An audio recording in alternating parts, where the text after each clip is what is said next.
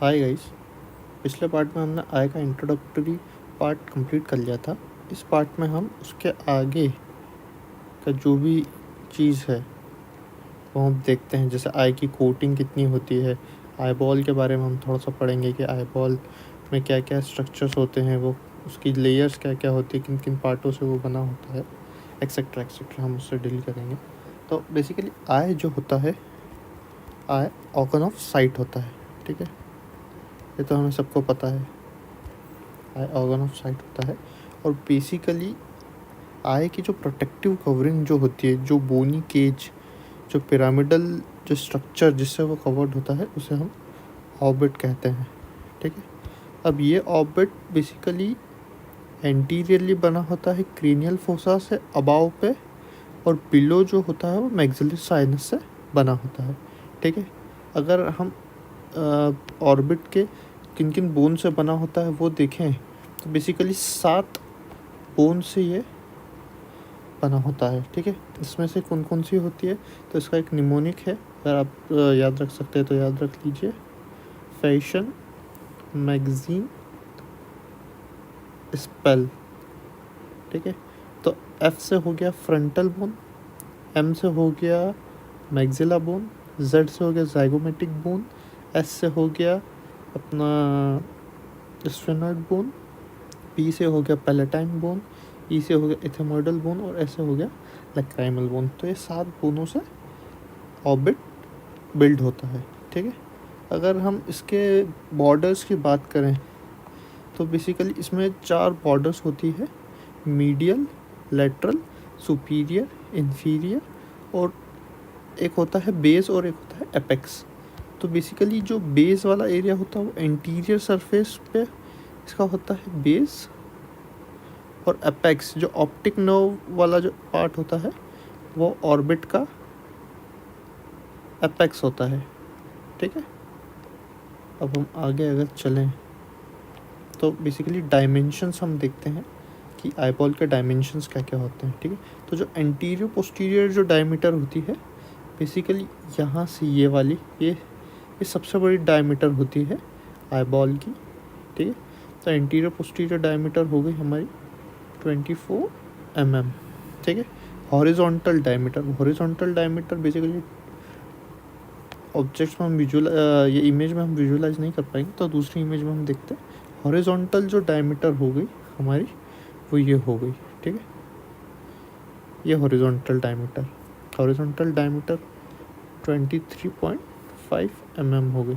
ठीक है, अब वर्टिकल डायमीटर देखें हम, तो वर्टिकल डायमीटर इसका कलर मैं चेंज कर देता हूँ ताकि विजुअलाइजेशन में, ये हो गई वर्टिकल डायमीटर आपकी, ये जो बेसिकली है ये वर्टिकल डायमीटर ये है 23 mm।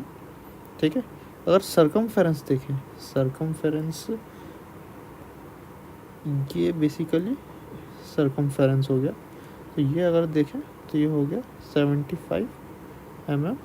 ठीक है, इसका वॉल्यूम देखें तो वॉल्यूम होता है 6.5 ml, और वेट होता है 7 ग्राम्स। आपने यहाँ पे सब नोट कर ही लिया होगा। ठीक है, अब हम आगे चलते हैं।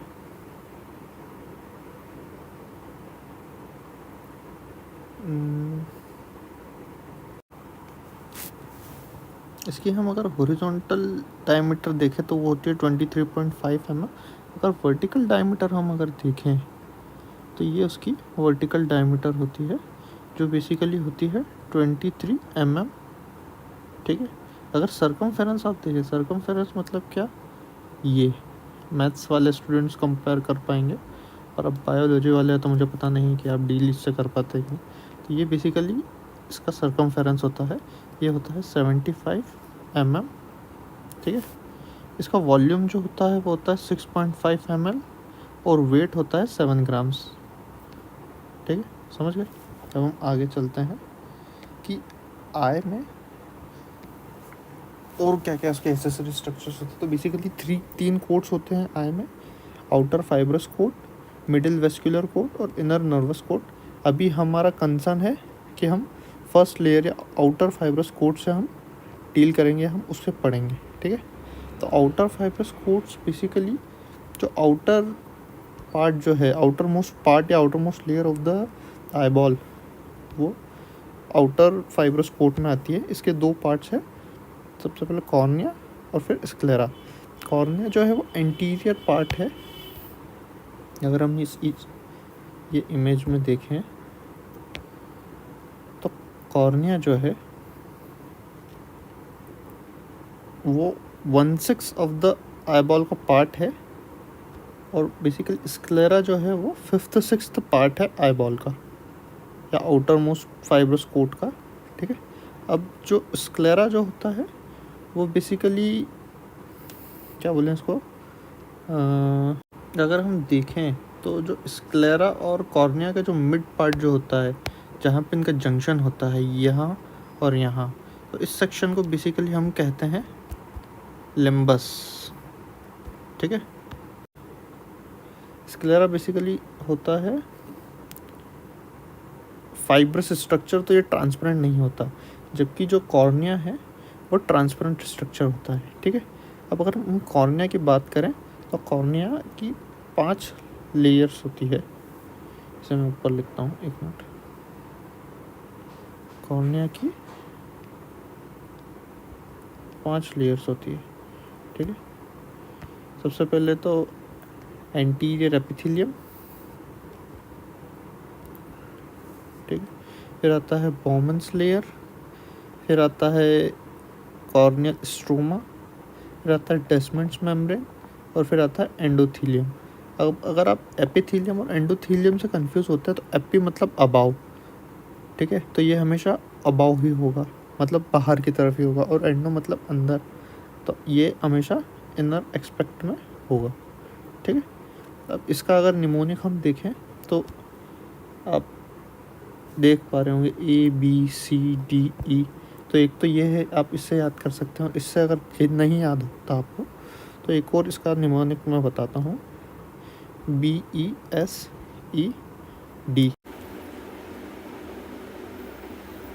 तो इसको आप बेसिकली बी सेड भी कह सकते हैं या बेस्ड भी कह सकते हैं, जैसा आपको लगे वैसा।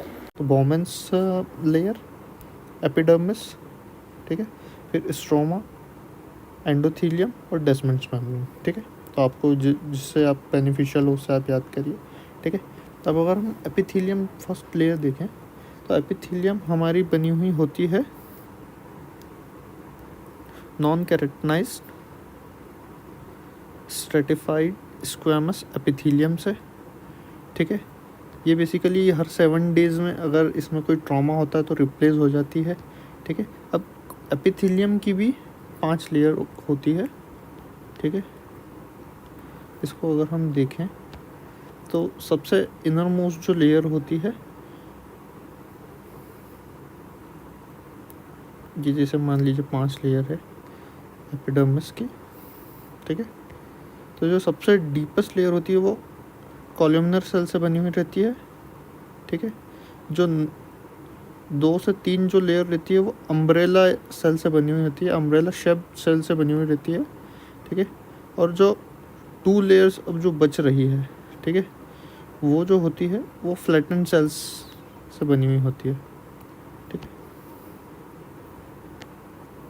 फिर उसके बाद आता है, इस स्ट्रक्चर में देखें तो हम बॉमेंस मेम्ब्रेन। अगर बॉमेंस मेम्ब्रेन में कुछ डैमेज होता है तो वो वापस रीजनरेट नहीं होती, तो अगर उस में अगर कुछ भी डैमेज हो रहा है या इस लेयर में कोई भी डैमेज होता है तो ये इरिवर्सिबल होती है, और ये परमानेंट कॉर्नियल ओपेसिटी कॉज करती है, ठीक है। फिर आता है कॉर्नियल स्ट्रोमा या स्ट्रोमा, ये मैक्सिमम पार्ट ऑफ कॉर्निया का होता है, ठीक है। 90% of entire thickness of cornea क्या होता है, स्ट्रोमा, ठीक है। और बेसिकली ये मॉडिफाइड कनेक्टिव टिश्यू है, ठीक है। अब हम देखते हैं डेस्मेंट्स मेम्ब्रेन। तो डेस्मेंट्स मेम्ब्रेन भी बेसिकली रीजनरेशन की प्रॉपर्टी शो करता है, ठीक है। पर ये जो है, ये इसमें ट्रेब्यूलर मैशवर्क्स हम देखते हैं स्ट्रॉबले लाइन का, ठीक है। अब इसमें आता है एंडोथीलियम। एंडोथीलियम जो है ये inner most layer of cornea, जो 5th लेयर है, मोस्ट पोस्टीरियर लेयर होती है कॉर्निया की, ठीक है। इसमें फ्लैट हेक्सागोन सेल होते हैं। सेल की जो डेंसिटी होती है वो 3000 सेल्स पर mm² होती है यंग एडल्ट्स में, पर ये जो है ये डिक्रीज़ होते जाती है एडवांसिंग एजेस में, ठीक है। अब हम इसका कॉर्निया का ब्लड सप्लाई देखते हैं। तो आपको बेसिकली पता होगा कि कॉर्निया एवेस्क्यूलर है, ठीक है, पर नहीं, हमारे बॉडी में ऐसा कोई भी चीज़ नहीं है जिसमें वेस्क्युलरिटी शो ना हो। तो इसमें भी कुछ या किसी तरह से वेस्कुलर पार्ट होता है, जो कि होता है सुपीरियर प्लेक्सस, जो episcleral branch of anterior ciliary artery से बना होता है, ठीक है। और कभी अगर आपने नोटिस किया हो तो बहुत सारे लोग लेंसेज पहनते हैं तो उसमें इरिटेशन होता है, बहुत लोगों को पेन होता है, जिसकी वजह से उन्हें बेसिकली उनका जो आंसू हैं बहुत ज़्यादा आते हैं, ठीक है। बेसिकली उनका लैक्राइमल सिक्रीशन जो है वो इंक्रीज हो जाता है। तो अगर सोचिए आप कि अगर कॉर्निया एवेस्क्युलर है तो यहाँ पे तो बेसिकली पेन कॉज होना ही नहीं चाहिए। तो यहाँ ऐसा क्यों हो रहा है, यहाँ इरिटेशन क्यों हो रही है, यहाँ इसकी जिस वजह से लैक्राइमेशन क्यों बढ़ रहा है, ठीक है। तो अगर आप उसका आंसर पता हो तो कमेंट सेक्शन में ज़रूर बताइएगा, ठीक है। तो चलिए हम अगला इसका देखते हैं कि नर्व सप्लाई। अब जो कॉर्निया में है वो एंटीरियर सीलियरी नर्व से इसका नर्व सप्लाई होता है, ठीक है। तो ये हमने cornea sclera basically outer fibrous coat complete कर लिया गया है। अब नेक्स्ट पार्ट या नेक्स्ट वीडियो में हम इसका अगला सेक्शन देखेंगे जो है मिडिल वेस्कुलर कोट, ठीक है। तब तक के लिए धन्यवाद, थैंक यू। अगर आपको ये वीडियो मीनिंगफुल लगी हो तो उसे लाइक करें, कमेंट करें, शेयर करें, ठीक है। Thank you.